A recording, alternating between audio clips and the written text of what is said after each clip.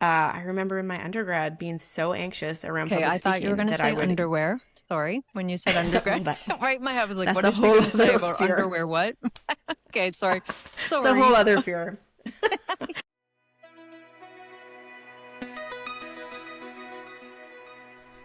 The worst part about anxiety is that when you avoid it, it feels so good. Can you connect to that at all, Krista? Because I know that I can. Oh my gosh, Marie, 100%. In fact, over the years, for many years, actually, I let anxiety define who I was, to be honest with you. And that avoidance piece, it was like a miracle drug to me because if I could avoid something in the moment and gave myself permission to avoid that, I felt so much better instantly. Do you know what I mean? Have you ever had that? Absolutely. Like that is the joy of avoidance, right? Is it immediately feels so good. It like tricks you into thinking that you're making the right move by avoiding things. It tricks your body, your mind into thinking, "Oh, this is the right thing." It feels so good. It can't be wrong. But as we both know, as like lifelong anxiety sufferers and as like licensed counseling therapists, it's pretty much the worst thing that you can do is to give anxiety that space that it so eagerly demands. But we both know is not the right space for it at all. No, that was the biggest takeaway for me, honestly, when I did my master's was understanding a little bit more about anxiety and understanding in particular that avoidance piece. Because you're right, I felt instantly better physically, those uncomfortable physical sensations I was experiencing when I made my mind up that I was going to avoid the situation and not go or whatever the case was, instantly felt better. So that was a really big turning point for me to discover like that avoidance was actually something we want to avoid. When I think of anxiety, I mean, I have so many examples to share because I'm anxiety riddled as a human being. But when I think back to my childhood, there's like, I have so many core memories around anxiety. And a lot of them, if I think of like an example that it just sits so heavy in my heart and just, I'm there emotionally as soon as I think about it. I used to have a really strong fear around the ocean and seaweed and like all the critters and creepy crawlies that like live under the water. And as a kid, that turned into like kind of like a phobia around beaches.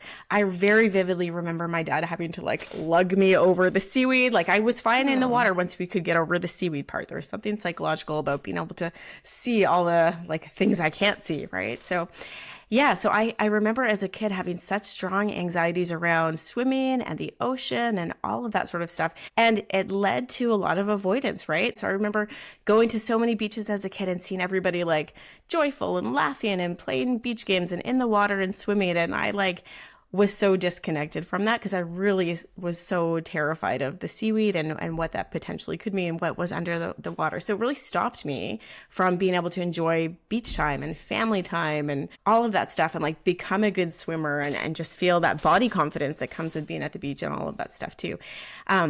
Yeah, so that is like for me such a funny thing to like in hindsight recognize that I struggle with as far as anxiety because I mean Krista, you know me, one of my most happiest spots is to be in the water now, right? Like there's nothing better than me at our cottage in the water, toes in the sand, like diving deep, jumping off docks, fully committed to like exploring what's in the seaweed. So now I put on a snorkel and I check out the crabs and like the little purple starfish and like literally the ocean is my happy place.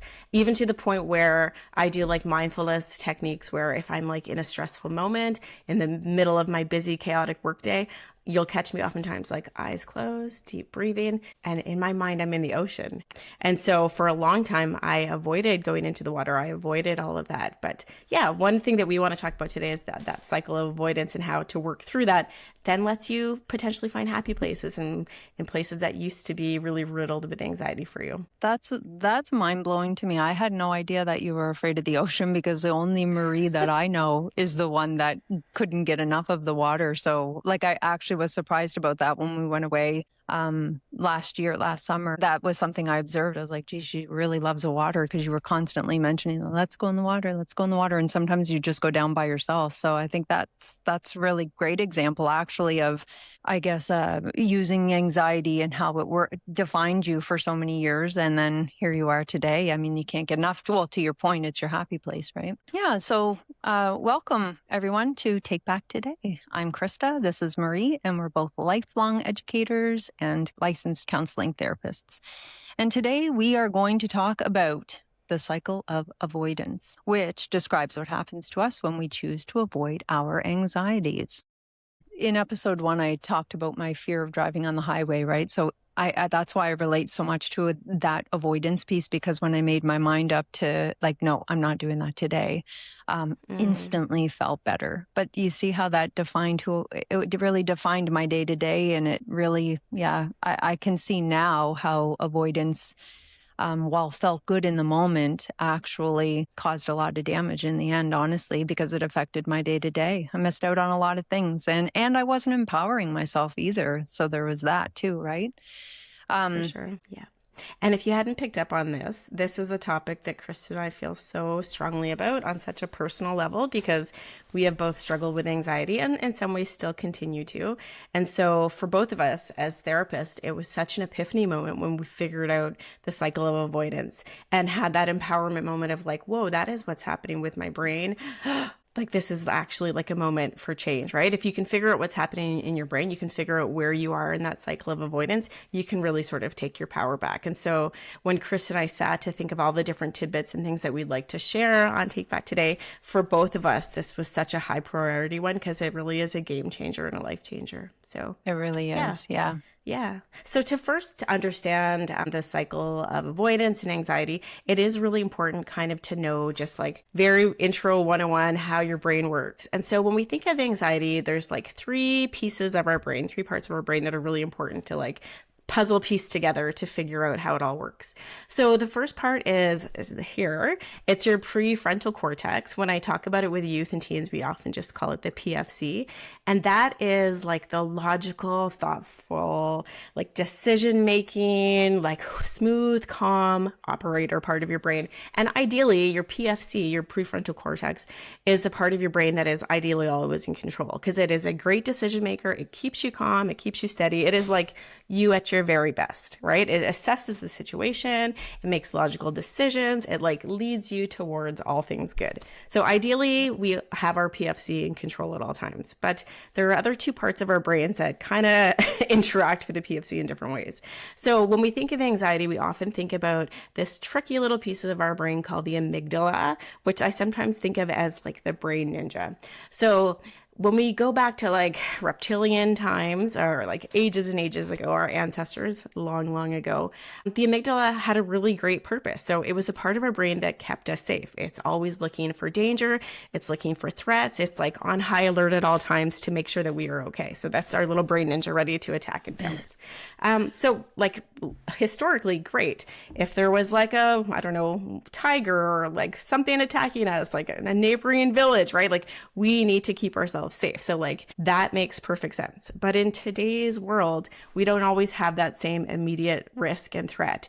And yet our brain is still hardwired to like treat everything as if it potentially is a threat, right? So there's that mix of like our biological like state kind of messing with our emotional state too. And that connects to the third part of our brain called the hippocampus.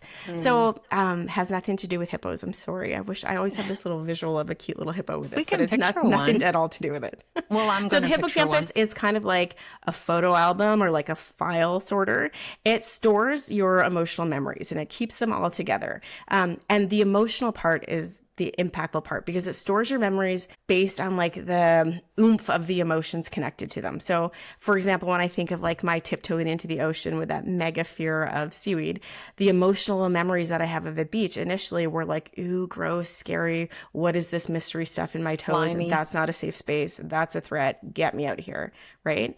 And my heart wasn't open to all the other potential good memories that I could store, like hanging out with my friends and family in the water, diving deep, exploring nature, having sunshine, right? Like it was just so focused on that nasty, scary seaweed part. Absolutely. Yeah. So those are the sort of three parts of our brain that work together when we think about anxiety. So do you have other bits to share with that, Krista? I could talk about anxiety all day. That was a big one for me, is the hippocampus part of it. I guess I didn't understand at the time, like, because again, I go back to like avoiding felt so good in the moment. I felt instantly better. My chest wasn't pounding, my hands weren't sweaty, my breathing calmed down. I just overall felt better on a physical and emotional level. And so You're reading that as you're safe, right? You're protected. absolutely. Yeah. And so what I didn't understand about the anxiety cycle is I didn't understand that by avoiding in regards to the hippocampus, the memory part of my brain, that the next time I came up to that same situation or even a similar situation, it's like my brain, I mean, I'm not aware of it because everything is on like automatic, right? So, but my brain's like, oh, remember this caused a lot of fear for you. So avoid, Stay out of the water. Yeah. Absolutely. And so to your point, that brain ninja kind of kicked in and it was like fight or flight mode, survival mode. And it's like avoid. Yeah. Yeah. And the tricky part with it too is like what happens is then you avoid, and guess what? That feels really, really good. And so you're storing a memory that is like, oh man, avoiding feels great. So you've got this emotional memory based not just on the threat itself, which is not even a threat, potentially, but based on like every time you avoid, you're like just giving more fire and power and oomph to that anxiety, right? Yeah. And it's funny, when you say that, because even though the whole avoidance piece was new to me, like it was like a realization, or as you referred to, an epiphany, it really was. But I was aware going into it that anxiety loves fear. And so when you feed a fear, you're feeding the anxiety. Yeah. So no, that's true. This idea of anxiety, so it is a cycle. So, and the cycle goes like this. You have what you perceive to be something anxiety provoking. And I say perceived because for some people, for example, the driving on the highway for my husband was like actually a very relaxing activity, right? I could have punched that in the times that I was dealing with my fear. But nonetheless, my point is that it was relaxing for him. The idea of driving on the highway, well, for me, it was a full-blown panic attack just to even think about it. And so, of course, then you go into avoid, right? And then you instantly feel better. And that's where that logging of that memory goes. That brings short-term relief. I say short-term relief because then what ultimately happens is you get long-term anxiety growth. Yeah. And as mentioned before, it was 13 years of playing this anxiety cycle in my head. That's what I mean. Like that's why I say it defined who I was. I let a big part of anxiety. I'm aware that there are many more things that I am than just anxiety. But my point is that I don't let anxiety rule who I am today, as much as I did. It really goes to show like the power of anxiety. And if you don't break that cycle, if you are not aware of where you fit within that cycle and that it can be a catalyst for change, right? If you're not aware that like really anxiety does not have to define you, as Chris and I both shared examples personally, then yeah, like you do miss out on being and experiencing life as you should, as you're meant to, right? So, and it is so funny when I think back to teeny tiny little Marie, who really was so afraid of seaweed. Like even as I'm talking to you now, I can feel that in my toes, right? Which is so funny because now I love that feeling. So, and really like we spend so many days of our summer, like cannonballing off the dock into the water at the cottage, going to beaches nearby. It's such an emotional, positive connection for me. Yeah. And watching you learn how to be the best version of yourself that can handle highway driving. And like literally you get that. You drive now to take you to new places, right? Like it is you becoming a new person, you exploring the world around you.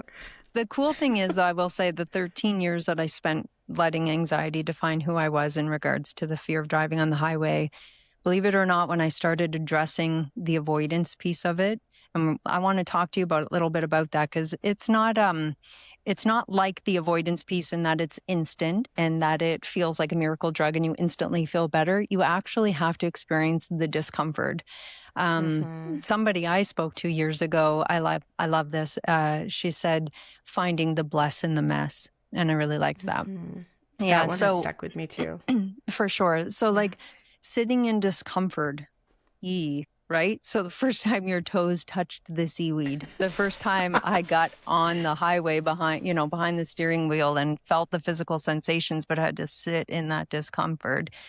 There would be times, Marie, I'd get so pissed off at having a fear and having that anxiety that I'd be like, screw this, I'm going on the highway. And I'd get in the car and I drive and oh God, I was angry. And yet all of those sensations continued, right? The shaking of the legs, the feeling like the throat was closing over, all of those experiences that were just so uncomfortable. And I hadn't proactively placed in my mind. I think at the time I just used emotion, I guess, to like, it was an emotionally charged, impulsive sort of like, I'm doing this. And I know now, I didn't know at the time, but there's an actual term for that. It's called flooding. And so that to say flooding, which is funny because you're talking about the ocean, but anywho. Perfect. It's like it's too much at once. And it just never works. It's too much at once. And so breaking things down into smaller steps, smaller pieces, I found that was most helpful. So I don't know, like for you, for example, it was maybe just sitting on the dock, and then maybe you were dipping your toes into the water, and then maybe you were dipping a foot into the water. It was like just slowly, piece by piece by piece, right? Until you got comfortable and were able to sit in that discomfort.